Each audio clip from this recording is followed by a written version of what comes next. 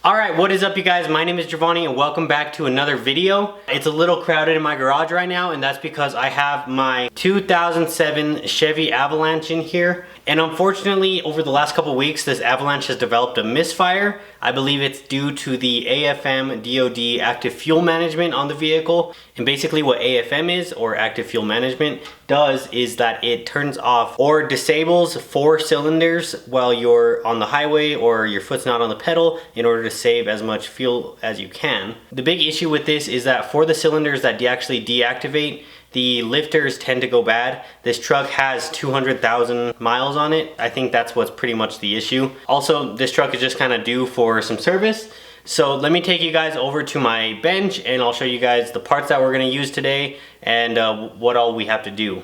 And real quickly guys, before we get started, I noticed that only a small percent of you are actually subscribed to the channel. You know, if you guys do like these videos, go ahead and hit that subscribe button. It doesn't hurt. You can always unsubscribe later, but it does help me out tremendously. So again, if you guys do like these videos, just hit that subscribe button and go ahead and tick that little bell notification. That'll let you every time I upload a new video. So what makes these AFM trucks a little bit different than other 5.3s is that basically they have a special cam in there, or a different profile cam that has particular lobes for those special lifters I talked about earlier. And basically what those lifters are is they're longer lifters and they compress a little bit so that way the valves are not actually actuated, and that's what disables those cylinders. So basically, in order to disable this system, at my mileage, and since there's already been issues with the truck, it's best to go ahead and physically disable the AFM on it. You can also disable the AFM in a tune, but I would only recommend that if your truck has very low miles, less than 100,000, and you also haven't experienced any of these issues yet. So what we have here today is we have all the parts that we're gonna need in order to do this job. Right here we have 16 new lifters. These are just lifters for an ordinary 5.3 without AFM, 2000 to 2006 5.3s. These lifters will work. We have a timing chain tensioner. I think that's the LS3 style tensioner. And as usual guys, any of the parts used today, I'll leave a link for down in the description below. These are lifter trays. Pretty sure we can reuse the ones we have, but you know, they're cheap enough. These were only like a couple dollars, so I decided to pick up 4 of those. And also this is a valley cover. I believe this is also an LS6 or LS3 style valley cover. And we're gonna need this because this actually blocks off the oil galleys for the AFM system. I have 3 new ARP cam bolts because our new cam has 3 bolts. The old one in there has only 1 bolt. Honestly guys, find some used bolts. I don't have anything against ARP, I just don't really like spending $12, $13 on 3 cam bolts. I just think they're a little overpriced. Trust me guys, no one in the world has ever had an issue with a cam bolt on an LS motor. Okay, you don't need ARP bolts. If you can find some, grab some out of a junkyard or whatever, but ARP, whatever. Nothing personal. And then we have our cam sprocket. This thing has 4 reluctors. This should match up what is in our truck right now, but of course we have to switch it from the 1-bolt system to the 3-bolt cam timing gear. Alright, and in this box, you can only imagine what this is. This is a new camshaft, and while we're doing this, we have to change the cam anyway, so if you guys are going to be doing this job, you could just get a stock 5.3 camshaft, stock 6.0 camshaft. You can even get an LS 1, 2, 3, 6, 7 camshaft, and any of those will actually work. However, I decided to go with this one in particular. This is the BTR Brian Pulley Racing No Springs Required cam. I'm gonna leave it down in the description below, but basically what this is this is a low lift cam. It's less than 550 lift, so we do not have to change the actual valve springs, and it also gives us a nice little bump in performance. You guys can see some of the specs there. So yeah, it actually is the stock lift of 500. It's a little bit lopier than the original cam, but nonetheless, this is it. Brand new shiny cam. As I said, it's gonna be a 3-bolt cam. We'll get to that all in a few. Now time for the hard part, which is actually disassembling this truck so we can do the cam job as well as the head job. So basically, intake manifold is gonna come off, cylinder heads are gonna have to come off. We're gonna pull the radiator out from it so we can get the room we need in order to have the room in there to pull the cam out and put the new one in. It's pretty labor intensive. I'm pretty sure we're gonna have to pull the front accessories off because we have to take the timing cover off. So it's definitely gonna be a lot of work. This is gonna be a several-hour job. So obviously I'm gonna be speeding up footage, cutting through it as much as I can so you guys don't have to sit here and watch all that crap. but I'm gonna try to show you guys as much as I can so that way you guys feel confident enough to do this yourself. As stated, I'm in my own garage here, not in a shop. I have my tools and stuff lined up there. It's just gonna be a typical Friday afternoon kind of job. We're gonna get as much done as we can. Hopefully we can get it all done today. Afterwards, we're gonna have to retune the vehicle, change some fuel maps and all that so we can idle properly and drive properly without dying. But all that will be saved for another video after this. So let's go ahead and hop right into it. We got a lot of work to do, a lot of bolts to take out. Yeah, let's get going. All right, so obviously first thing I'm gonna do is I'm gonna remove the battery.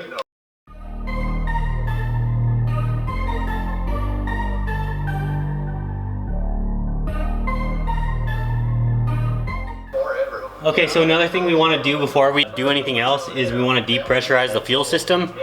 Obviously you guys can't see what I'm doing right here, but you're gonna find the schrader valve on the fuel rail. And then we're just gonna get like a flathead screwdriver and probably some paper towels and just kind of depress it. It's just like a tire valve or tire stem. And we're just gonna depress that to let the fuel in the rails out so that way when we take everything apart, it doesn't squirt us with fuel in the face. Also guys, just a note, you're probably only gonna need like a 15, 13, and a 10 millimeter in both deep and shallow sockets. That should be just about everything on this truck. Possibly an 8 on the intake manifold, but I would say 8, 10, 13, and 15 are probably the only sockets you're gonna need for this. And also, obviously, I'm gonna be using my Milwaukee, this, and then a actual 3/8 impact. Just gonna make my life a whole lot easier, take off bolts faster, try to get this job done as soon as we can.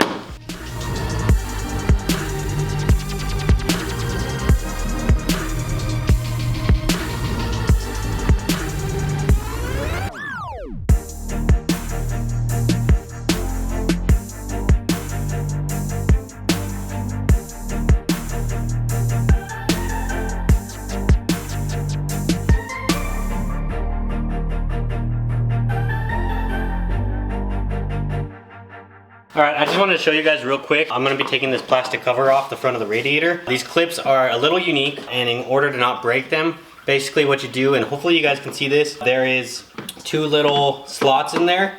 You're just going to get a screwdriver. Obviously something plastic would be a little bit better, but I don't mind kind of gouging these zones up a little bit. You're going to get a screwdriver, kind of twist it. That little thing pops up. Pull up on that as much as you can. You should hear a click, and then get your screwdriver and put it underneath the flat part. Wiggle it around and the whole thing comes out like that. So try not to, in order to save you guys from damaging these clips, really simple. I actually do like these clips from GM. They make your life a lot easier when servicing stuff like this. So there you go.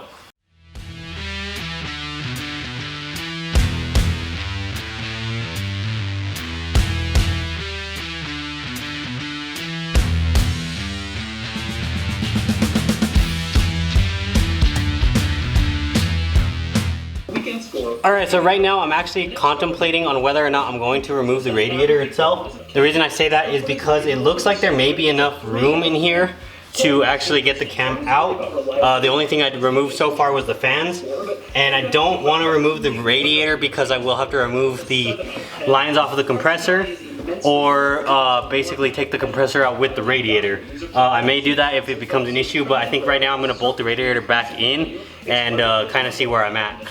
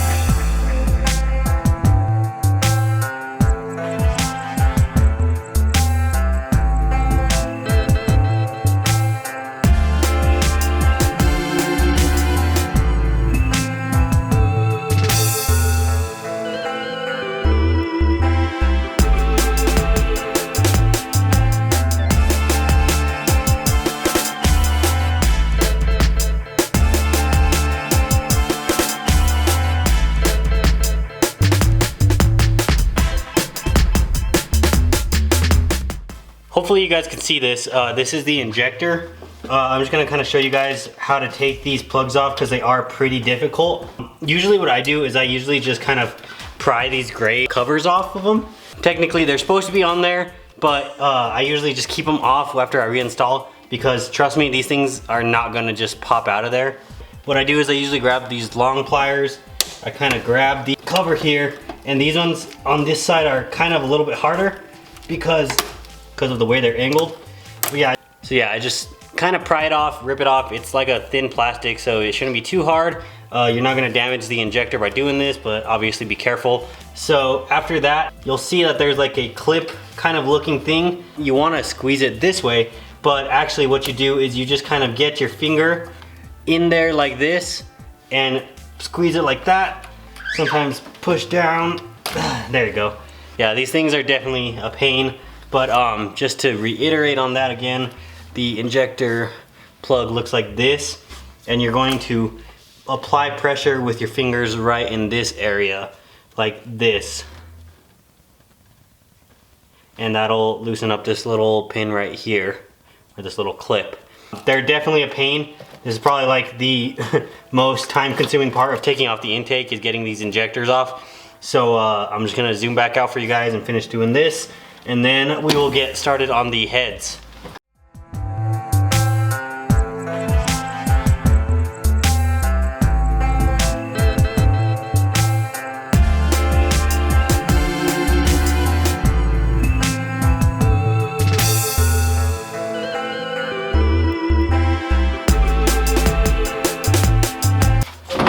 So obviously, this being my personal vehicle, I'm opting to remove this back cover from the intake. The proper thing to do would be to put it back on, but all this thing really does is prevent you from getting to a lot of the stuff when you put them back in.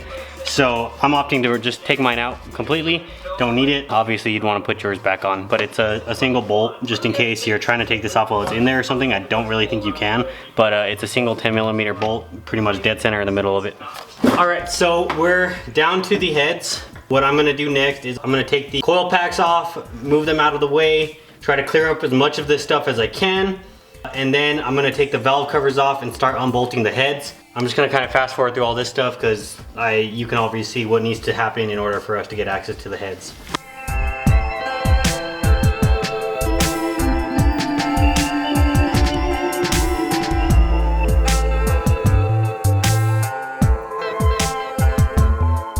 All right, so I'm gonna do this driver's side head first. That way you guys can see everything. Then obviously it's gonna be the same on the other side. That way we can kind of cut some of this footage out of the way and get down to the nitty gritty.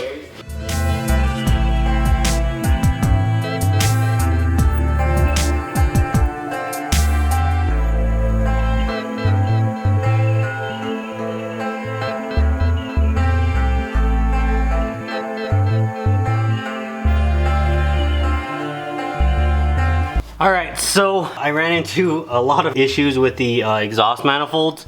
My bolts where the flanges pretty much are gone. I also noticed on this passenger side where the misfire was occurring, there is like tons and tons of unburnt fuel in the manifold. Most likely my catalytic converters are probably toast. I'm going to replace my catalytic converters, so I went ahead and just had to sawzall them off, and I'll have to weld some new pipe there. I mean, new catalytic converters. Anyway, I'm back to unbolting the head now. Yeah, there's 5 bolts on the bottom, they're 15s. There's gonna be some 10mm on the intake portion of the head, and then there is quite a few 15mm inside the head itself. So let's go ahead and zip these out and get this head off, and then I'll actually be able to remove my exhaust manifold as well.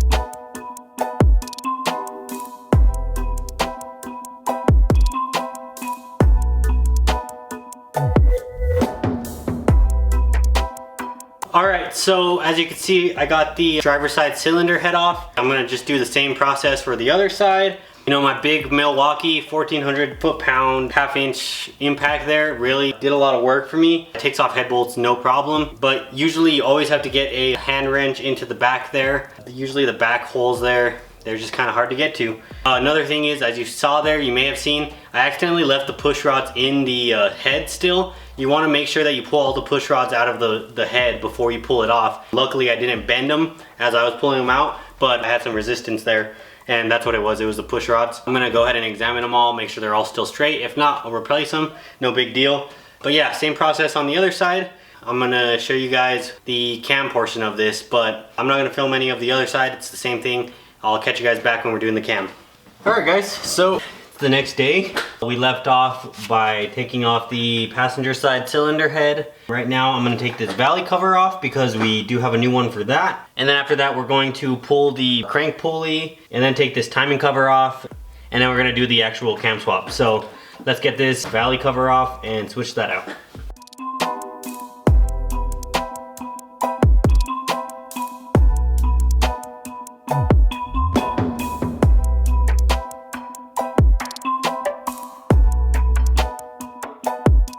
Alright, just remember I went ahead and pulled this sensor off of the old valley cover, just installed it on the new one like this. Yeah, I think that's the only thing that remains or is carried over from the old one to the new one is this sensor, and we'll tighten it up once it's on there.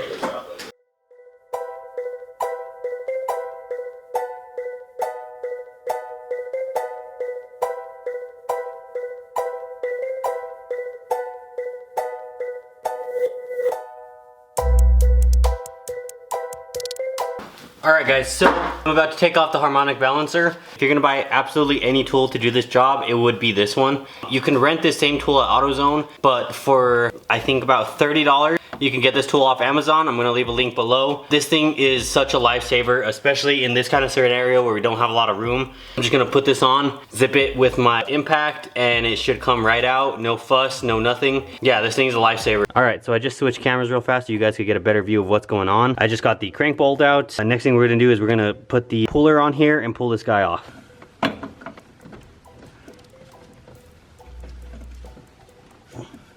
Alright, so we just need a 3/4 socket on there. Slowly drive it in so all our claws can grab. We're gonna have to use one of the little things they include in the kit. It's basically just a push rod looking thing. Stick it in there. Gotta find the right size one. Yeah, okay, so the longest one should work, but if it doesn't, what I usually do is I put the pulley bolt back in the thing and then do it again. You just want all your little claws to actually grab on to the pulley, and once they do, you can just give it a zip.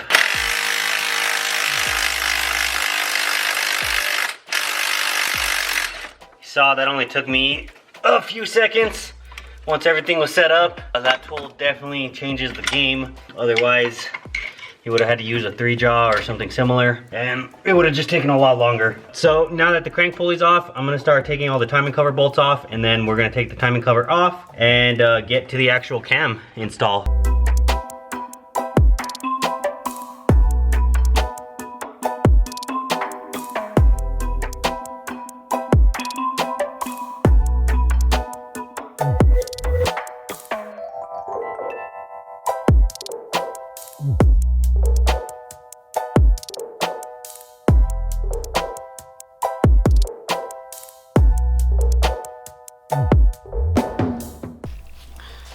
Alright guys, so obviously your view is obstructed a little bit by that radiator. With the radiator in, I just did not have enough room to get the cam all the way out.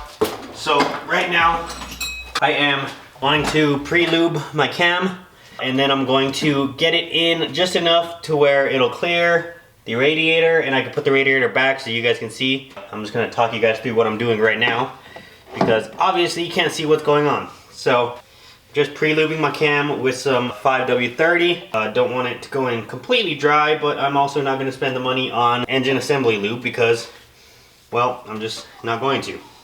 So the cam is nice and lubed up.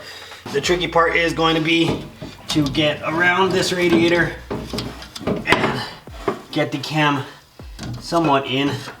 I'm gonna have to lift up the radiator at the same time as putting this in. So I got part of the cam in. I think that's enough to clear. Yeah, so hopefully you guys get your vision back. I'm just gonna try to get the radiator back in all the way so you guys can see what's going on. And the reason I'm doing all that work, extra work with the radiator instead of just unbolting it and taking it out, because of the AC lines. The AC works amazingly well in this truck, even though it has 200,000 miles on it.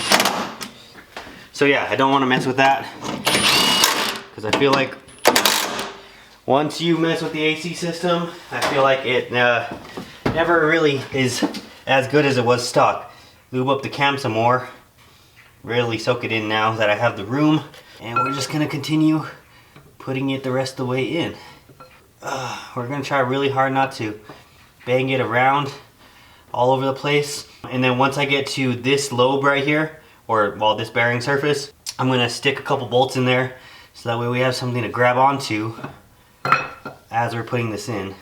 But yeah, we're gonna try really hard not to bang it around, kind of spin it around as we're doing this. All right, and now we're up to that bearing surface. I'm gonna grab some bolts. This is probably stuff that we've taken off already. These oil pan bolts should work fine for what we need.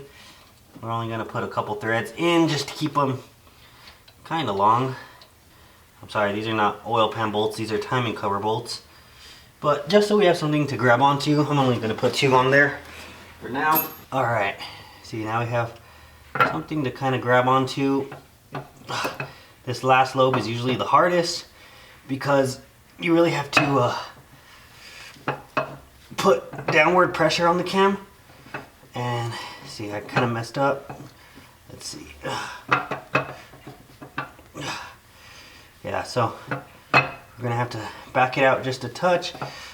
And the thing is, you're trying to put, there you go.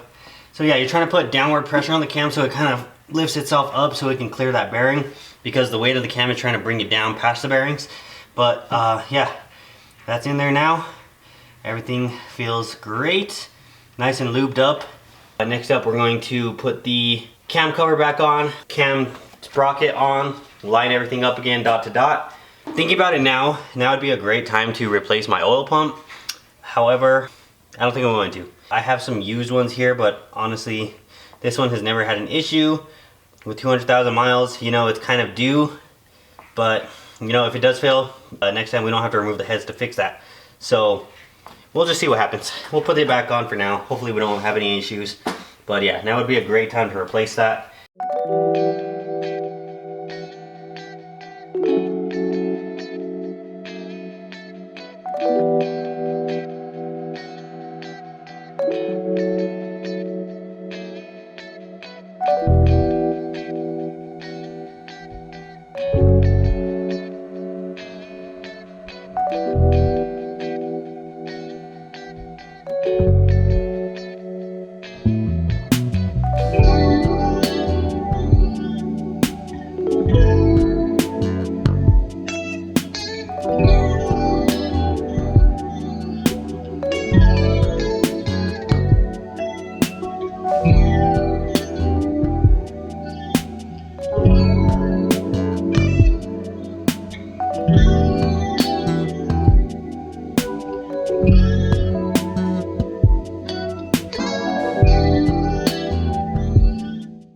Alright, so pretty much I just spent the last couple hours dealing with the oil pump and all that. Honestly, it is better to do it the way I did and remove the oil pump, because you could change the chain tensioner as well. The only thing is, it is a pain to get that oil pump on and off with that pickup tube there. Also, just trust me when I say do not leave that area exposed underneath when you're taking off that pickup tube bolt, because you will drop it and it will go to the back of the pan and it'll be gone forever. I got lucky and was able to fish mine out with a magnet, but yeah, just save yourself the trouble, because you cannot get those bolts by themselves. You'd have to find a bolt that fits and rig it kind of. So anyway, I'm gonna get my timing cover back bolted on. I'm going to change the lifters, and then I'm going to put the heads back on. I'm just cleaning up the timing cover a little bit, just so it's not so dirty and ugly, but honestly I don't really care. So let's do all that stuff. It's time to put the crank pulley back on. I'm gonna show you guys a trick that I use to get them on because they're pretty hard to get on. What I'm gonna do is I'm just gonna heat up this surface a little bit. Probably gonna spend like maybe 2 minutes on this thing. Just heat it up nice and warm. It's nice and cold in the shop, meaning that the crank should be pretty cold. So the temperature differential should allow us to just slip this thing in there. As soon as we're done heating this up, we're just gonna pick it up, run over to the truck, throw it on there, and it should press in enough to where the crank bolt will push it in all the way.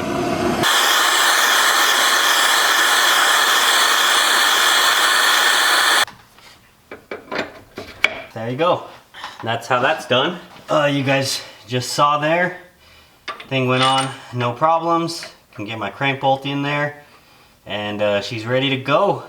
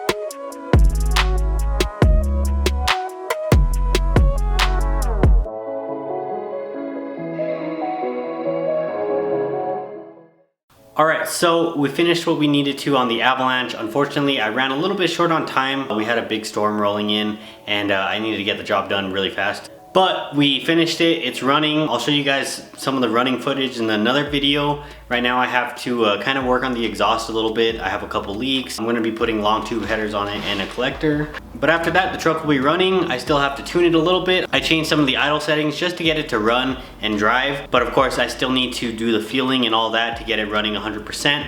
But as far as that goes, that's the end of this video. Thank you guys for watching. I appreciate it. Don't forget to hit the subscribe button, and I'll see you guys again in the next video. Have a good one.